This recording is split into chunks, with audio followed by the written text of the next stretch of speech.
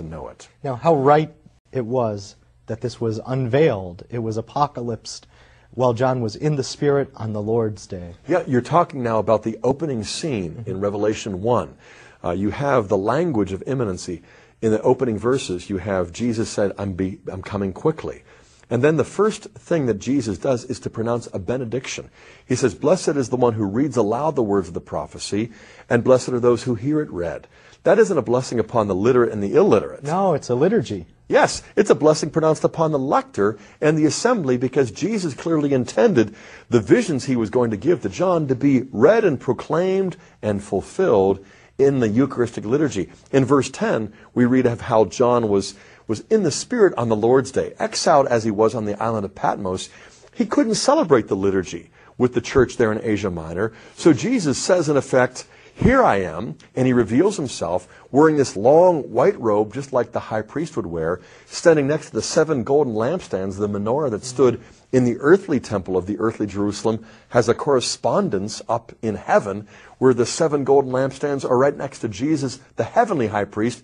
Jesus says, in effect, to John, come on up to heaven and see how we worship. Write it down, take it back, so that the church on earth will know where it goes and who it's with. Every time they gather on the Lord's Day in the Spirit, angels and saints surround us. The same songs that we sing in the New Covenant liturgy on earth are what the angels and saints are singing in heaven. The same sacrifice, too. And it begins with the reading of the epistles, these letters from God. That's right. You have the 7 letters to the 7 churches in Asia Minor. They're in Revelation 2 and 3. You have the Holy, Holy, Holy in chapter 4. You have the Agnus Dei, the Lamb of God in 5. Then you have the altar. You have the book with 7 seals. Eventually. Oh, yeah. In fact, the Mass of the early church was divided into 2 parts, the same way the visions of John are. The Apocalypse consists of one half, where all the action revolves around a book that is unsealed and proclaimed. The second half of the Apocalypse concerns the action up in the heavenly altar, where the 7 chalices are mixed and poured. The chalices are said to contain wine, but when they're poured out, they've become like blood. Right. The climax of the second half, the climax of the whole book, is the marriage supper of the Lamb, where Christ's bride, the church, is invited to receive this communion with her groom. Yes. It's the same in the ancient liturgy. You have the liturgy of the Word, the Synaxis, the liturgy of the Eucharist. So when the early church read the vision of John, or they heard it proclaimed by the lector, suddenly they realize this is not just a text. This text becomes living Word through the Eucharistic liturgy. You know, I love to put it this way. We all want to go to heaven. That's a fact. We just don't want to die first. Well, if we can take God at His word, we can discover that we don't have to go. We don't have to die in order to go to heaven. All we've got to do is go to Mass, and heaven is where we are. And the angels and saints are who we're with.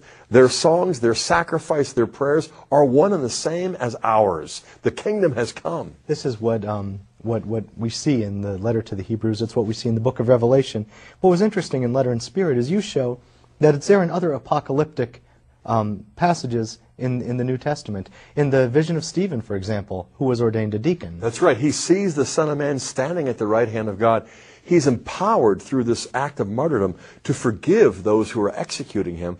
But all he's really doing is simply living out the mystery of the Eucharistic sacrifice. And even a Jewish commentator like Alan Siegel recognizes in that vision a liturgical vision. That's right. A vision of the heavenly high priest that is drawn from Psalm 110.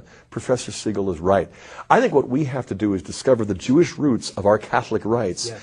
And in the process, we'll discover that we go to the heavenly Jerusalem. Israel and the Gentiles gather around the throne of the King of Kings. And suddenly these books that have been opaque to us are unveiled and illuminated. That's right. But it's the liturgy that actualizes these truths, so that we're not just looking at texts. We're talking about a living word that comes alive in every Mass. It sounds good to me. I'll meet you there. Okay? All right. And you too. I hope to see you there at Mass and see you here next time we get together on Letter and Spirit. Veredignum et justum est cum et salutare, nos tibi semper et ubique gratias agere, Domine sancte Pater omnipotens eterne Deus, qui cum unigenitur Filio tuo et Spiritus Sancto, unus es Deus, unus es Dominus.